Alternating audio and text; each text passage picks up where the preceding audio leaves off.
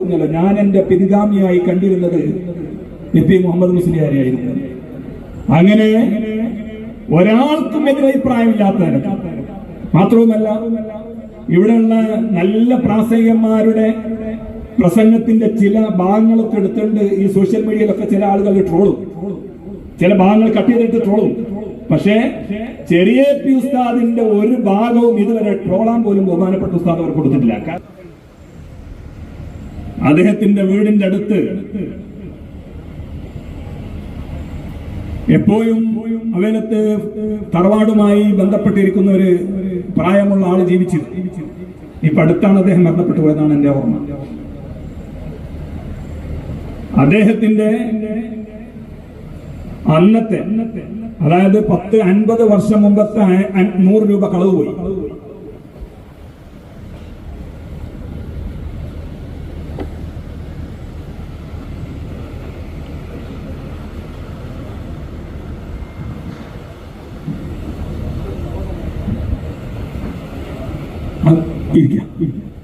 അദ്ദേഹത്തിന്റെ അന്നത്തെ 100 രൂപ, അന്നത്തെ 100 രൂപ എന്ന് പറയുമ്പോ അന്ന് ഹജ്ജിന് പോകാൻ 150 രൂപ ഉണ്ടെങ്കിൽ ഹജ്ജിന് പോയി വരാം. ആ കാലഘട്ടമാണ്. 100 രൂപ കളവ് പോയി. അദ്ദേഹം സ്വാഭാവികമായും വലിയ തങ്ങളെടുത്ത് വന്നു. സാധാരണ ഒരാളുടെ അടുത്ത് വന്നാൽ എന്തെങ്കിലും പരിഹാരങ്ങൾ പറഞ്ഞു കൊടുക്കും. ഇത് പരിഹാരം പറഞ്ഞു കൊടുക്കുക മാത്രമേ ചെയ്ത് ടിപ്പു ഉസ്താദ് പറയാണ്. അദ്ദേഹത്തോട് പറഞ്ഞത്രേ 7 ദിവസം ബദറേത്ത് ചെല്ലാൻ പറഞ്ഞു. ബദർ ബൈത്ത് ചെല്ലി പിറ്റേ ദിവസം രാവിലെ വീട്ടിൽ നിന്ന് ഇറങ്ങുമ്പോ ആദ്യം കാണുന്ന ആളോട് പൈസ കൊണ്ടാന്ന് പറയാമെന്ന് പറഞ്ഞു. അങ്ങനെ പറഞ്ഞു. ഇത് 7 ദിവസം ബദർ ബൈത്ത് ചെല്ലി പിറ്റേ ദിവസം വീട്ടിൽ നിന്ന് ഇറങ്ങുമ്പോ ആദ്യം കാണുന്ന ആളോട് എന്റെ പൈസ എടുക്കുമെന്ന് പറയണം. ഈ വന്ന ആൾ ഈ ചാലി ഇമാം കൊണ്ട് സ്വഭാവക്കാരനല്ല, 100% ഉറപ്പിച്ച് നല്ല വിശ്വാസമുള്ള ആളാണ്. സ്വാഭാവികമായും അദ്ദേഹം 7 ദിവസം പറഞ്ഞ നിർദ്ദേശപ്രകാരം ബദർ ബൈത്ത് ചെയ്തു. 8ാം ദിവസം ഇദ്ദേഹം വീട്ടിൽ നിന്ന് ഇറങ്ങി അദ്ദേഹത്തിന്റെ മുന്നിൽ വീട്ടിന്റെ അടുത്തൊരു പീടിയുണ്ട്, അത്ര ഒരു കട. അവിടെ ഒരു ആളുകൾ നിൽക്കുന്നുണ്ട്.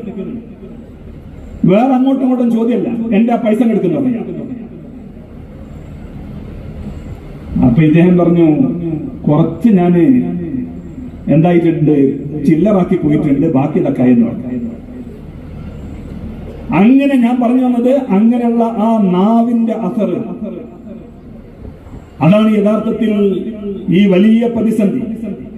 കുടുംബനാഥനും 5 മക്കളും ഒരു 2 മാസത്തിന്റെ ഇടക്ക് ഒരു വീട്ടിൽ നിന്ന് മരണപ്പെട്ടു പോകുന്ന അവസ്ഥ നിങ്ങളൊന്ന് ചിന്തിച്ചു നോക്കൂ. ആ വല്ലാത്ത പ്രതിസന്ധി ഘട്ടത്തിൽ നിന്ന് കരകയറ്റിട്ടുണ്ട്. അന്ന് ഉപ്പ 7 വയസ്സ് 6 വയസ്സ് മാത്രമേ പ്രായം. അതുകൊണ്ട് തന്നെ ചെറിയ തങ്ങളെ സംബന്ധിച്ചിടത്തോളം, സയ്യിദ് അബ്ദുൽ ഖാദിർ ലഹദർ തങ്ങളെ സംബന്ധിച്ചിടത്തോളം ജ്യേഷ്ഠൻ വെറും ഒരു ജ്യേഷ്ഠനായിരുന്നില്ല. അവര് തമ്മിലുള്ള ഒരു വല്ലാത്തൊരു കെമിസ്ട്രി നമ്മളൊക്കെ ചെറുകാലത്ത് കണ്ടതാണ്. വല്ലാത്തൊരു കെമിസ്ട്രി. അതായത് ഇവിടെ കാന്തപുരത്തെ പള്ളിയിൽ ജുമാ നടക്കുന്ന സമയത്ത് മുന്നിലത്തെ സഫിൽ വലിയ തങ്ങളുണ്ടാവും. മൂത്താപ്പ വഫാത്താകുന്നത് വരെ, 1983 വഫാത്താകുന്നത് വരെ മുന്നിലത്തെ സഫിൽ മൂത്താപ്പ ഇരിക്കുന്ന കാലത്തോളം 4ാമത്തെ സഫിൽ നിന്ന് മുന്നോട്ട് ചെറിയ തങ്ങൾ കയറിയിരുന്നിട്ടില്ല.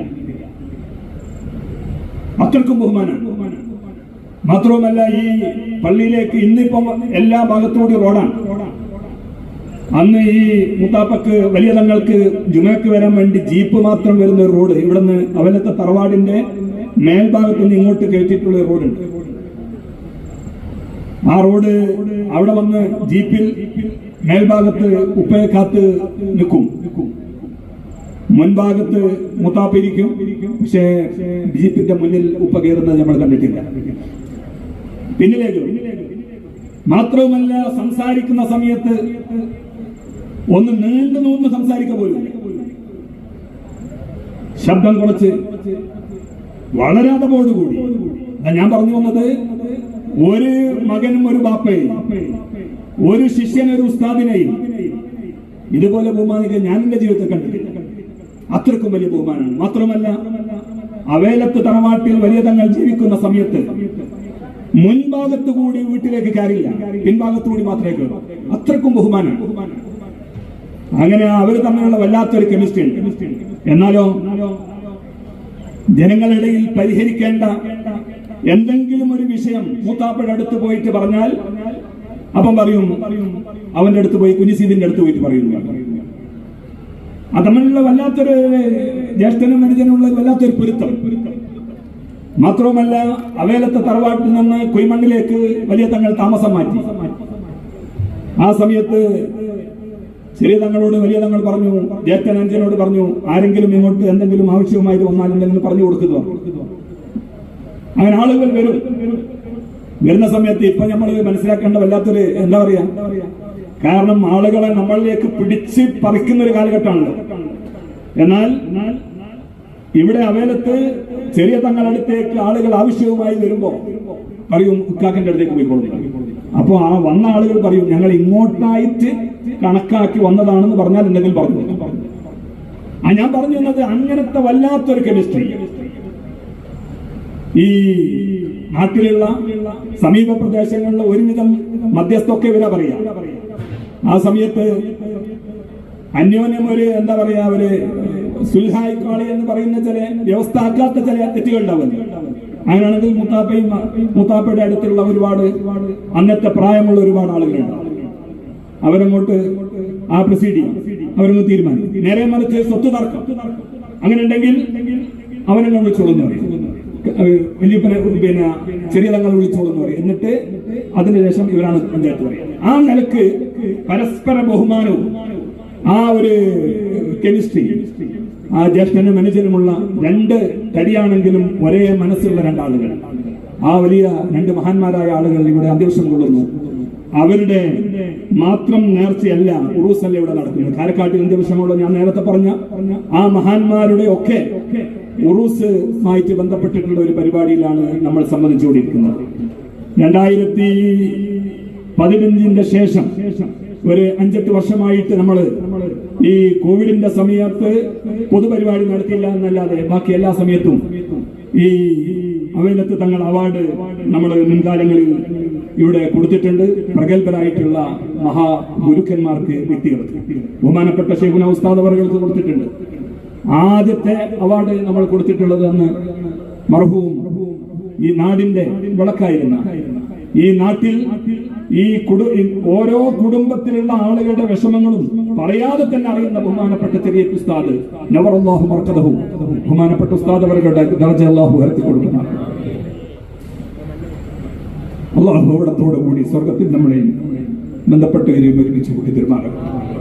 ആ ഒരു സ്നേഹ സാന്നിധ്യം അത് വല്ലാത്തൊരു ധൈര്യമായിരുന്നു, വല്ലാത്തൊരു ശക്തിയായിരുന്നു. യഥാർത്ഥത്തിൽ നാട്ടുകാർക്ക് മാത്രമല്ല, ഈ കേരളീയ മുസ്ലിം ഉമ്മത്തിന് വല്ലാത്തൊരു പുസ്തകം തന്നെ ഒരിക്കൽ പറഞ്ഞല്ലോ, ഞാൻ എന്റെ പിൻഗാമിയായി കണ്ടിരുന്നത് EP മുഹമ്മദ് മുസ്ലിയാരെയായിരുന്നു. അങ്ങനെ ഒരാൾക്കും എതിരഭിപ്രായമില്ലാത്തവരെ, മാത്രവുമല്ല ഇവിടെയുള്ള നല്ല പ്രാസംഗികന്മാരുടെ പ്രസംഗത്തിന്റെ ചില ഭാഗങ്ങളൊക്കെ എടുത്തുകൊണ്ട് ഈ സോഷ്യൽ മീഡിയയിലൊക്കെ ചില ആളുകൾ ട്രോളും, ചില ഭാഗങ്ങൾ കട്ട് ചെയ്തിട്ട് ട്രോളും. പക്ഷേ ചെറിയ ഉസ്താദിന്റെ ഒരു ഭാഗവും ഇതുവരെ ട്രോളാൻ പോലും ബഹുമാനപ്പെട്ട ഉസ്താദ് അവർ കൊടുത്തിട്ടില്ല. കാരണം അത്രയും കൃത്യമായിരിക്കും. അത് കഷ്ണത്തിന് പോലും എന്തുണ്ടാവില്ല, ട്രോളാൻ വകുപ്പ് കൊടുക്കാത്ത അത്രക്കും കൃത്യമായ അവതരണം, ആ നിഷ്കളങ്കമായ പുഞ്ചിരി ആ പ്രിയപ്പെട്ട ഉസ്താദ് അവർ അല്ലാഹു അവിടുത്തെ ദർജ ഉയർത്തി കൊടുക്കുമാറാകട്ടെ. അവർക്കാണ് നമ്മൾ ആദ്യമായിട്ട് കൊടുത്തത്. പിന്നെ ബഹുമാനപ്പെട്ട സയ്യിദ് അലി ബാഫഖി തങ്ങൾ, അതുപോലെ ബഹുമാനപ്പെട്ട സുലൈമാൻ ഉസ്താദ്, കോട്ടൂർ ഉസ്താദ്, കോടമ്പയ ബാബു ഉസ്താദ്. കഴിഞ്ഞ വർഷം നമ്മൾ കൊടുത്തിട്ടുള്ളത് പ്രൊഫസർ AK അബ്ദുൽ ഹമീദ് സാഹിബ്. അതിന്റെ മുമ്പത്തെ വർഷം കുമ്പോൽ സെയ്ദ് ആറ്റക്കുളത്തങ്ങൾ തുടങ്ങിയിട്ടുള്ള ആളുകൾക്ക്